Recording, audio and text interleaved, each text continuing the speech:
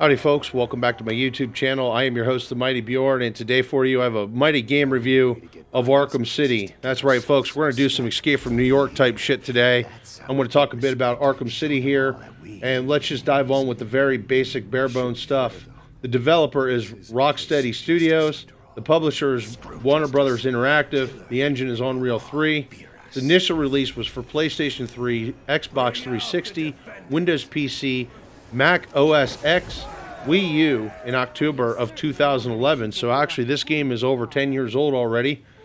It would also be released again later for PlayStation 4 and Xbox One, although I don't actually have an exact date for that, but at this point it really doesn't matter because it's been quite a few years since that was done. I think it was somewhere around 2016. Now, there's some plots here. Going to talk a little bit about the story, but essentially what it has to do with is Dr. Hugo Strange has taken over I think it's Professor Hugo Strange. Sorry, I'm old shit, folks. Has essentially turned Gotham City into a maximum security prison. And it is now called Arkham City. And that's essentially it. It is just that's the overall tone of the city itself. And of course, there's plots that unfolds that explains why and how that happened. And what it comes down to is the prison is actually an experiment to essentially lock everyone into all these criminals into a maximum security prison, and then end up killing them. Yeah, that's part of Protocol 10. Now, in part of the process, too, is you also encounter the Joker again, and the Joker infects you with his toxic blood. This is also another plot. This is more like a primary subplot, if you will, that kind of runs parallel between the two plots. And then essentially what you're doing is you're going through and you're trying to find a cure for that, because in the same process, Batman is infected by this poison blood. That kind of hence is my Escape from New York thing, besides the fact that also it's a maximum security prison. Now, just to weigh in on my thoughts here, because there's a lot of subplots, and I really don't want to dig too deep into the story, because I think I'd probably confuse people by explaining it. And at this point, probably more often than not, everybody knows it. But in my opinion, the game actually still looks really good. For being a game that's over 10 years old, I think this could be released on a modern system, and people would not really overly complain about the graphics.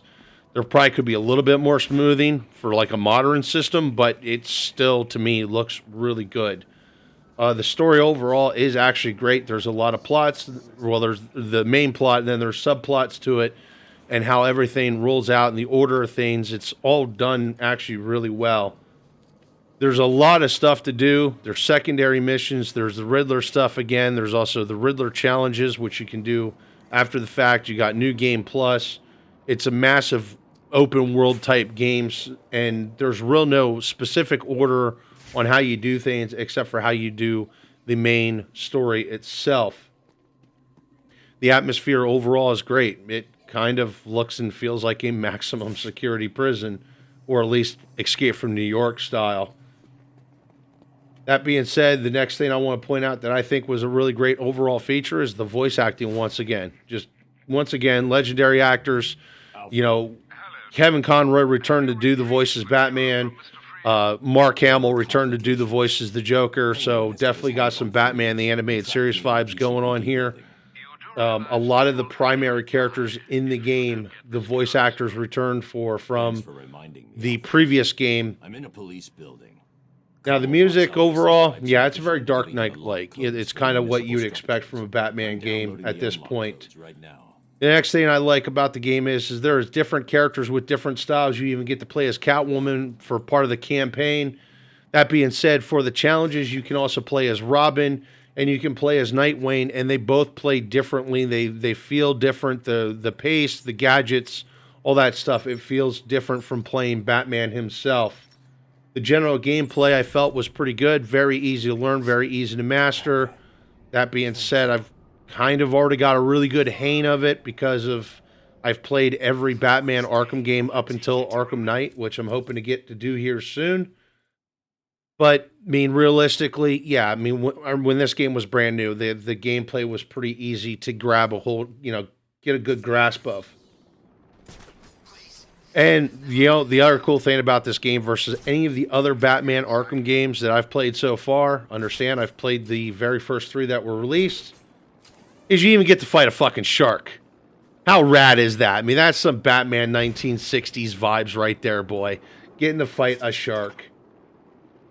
But anyway, the stuff I felt actually negative about, there's not really a whole lot here. One thing I felt was the custom change, the costume change stuff is poorly implemented, and even more so than it was for Batman Arkham Origins, as essentially you have to first beat the game, play the game in New Game Plus, and also you have to put a code in the main menu to activate it. And honestly, that's just an absolute pain in the ass. They added costumes that you can earn, as well as I believe some of the costumes you can get through DLCs. And it's just like they just made it a hassle, and it just doesn't feel right. And now this game I can be a little bit more forgivable about than I could for Arkham Origins on this end, because this was the first time they've actually did the costume stuff where you could change the cosmetics. But with Arkham Origins, it's like, you know, they implemented a little bit better, but they definitely should not have implemented in the way that sort of kind of like Arkham City did, in my honest opinion. The next thing is the Riddler stuff. There is so much Riddler stuff that it gets to the point where it's eye-rolling. Just when you think you got it all, you find out there's more, and it just gets ridiculous and it gets repetitive. That being said, too, the gameplay itself can be a little repetitive.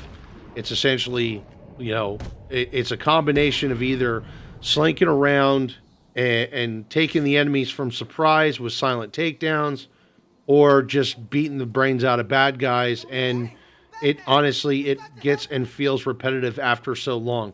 Understand that this is a quite long game, and it actually takes me about as long as it does for Arkham Origins, but the pacing, I don't know. This game to me overall felt longer than Arkham Origins did, even though I spent more time doing secondary stuff in Arkham Origins than I do for Arkham City, because honestly, I just like Arkham Origins better than Arkham City. Not saying that this game is a bad game. It's still really good.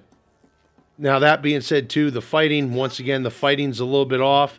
Now, what I found recently is, though, and for some odd reason, back in the day when I used to play this on PS3, I felt it was worse than Arkham Asylum.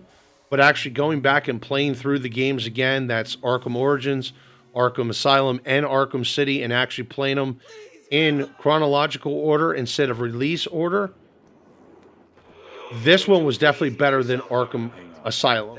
I thought Arkham Asylum was like the best of all of them. And maybe back in, you know, once upon a time, I felt that was the case. And after playing essentially the first 3 games, I kind of feel that Arkham Origins actually has better fighting, but Arkham City is still very on par when comparing to the two.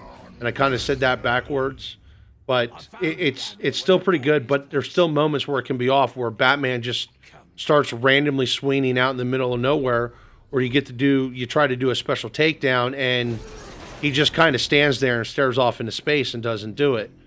Instead, he goes into like more of a guard position.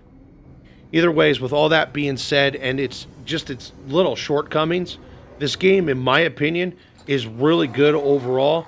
And I say go out, buy it, and enjoy it, because it's still a really fun game to play. And it's only $20 on Steam, and honestly, you can catch it even cheaper than that on Steam. And that's for the Game of the Year edition that comes with all the extra bits with it too. That's not just the standard version of the game, although honestly, I don't know if you can actually get the standard version of the game. I didn't really look. So, I mean, that's how I recommend getting it. And if you really want me to be honest, there's also I forget what they call it, but it's like the Arkham Bundle or something like that, and it's Arkham Knight, Arkham Asylum, and Arkham City for like $50. Honestly, if you don't have any of the Arkham games, that's really so far how I recommend it overall, is just getting it that way. and then buying Arkham Origins off to the side by itself. Because Arkham Origins, in my opinion, is still the best one of these games. But Arkham City, like I said, is really good. I highly recommend it. You should definitely go check it out if you haven't checked it out before. But anyway, folks, that's going to wrap it up for this video. Hopefully you all enjoyed it. Thank you very much for tuning in, and have yourself a wonderful day.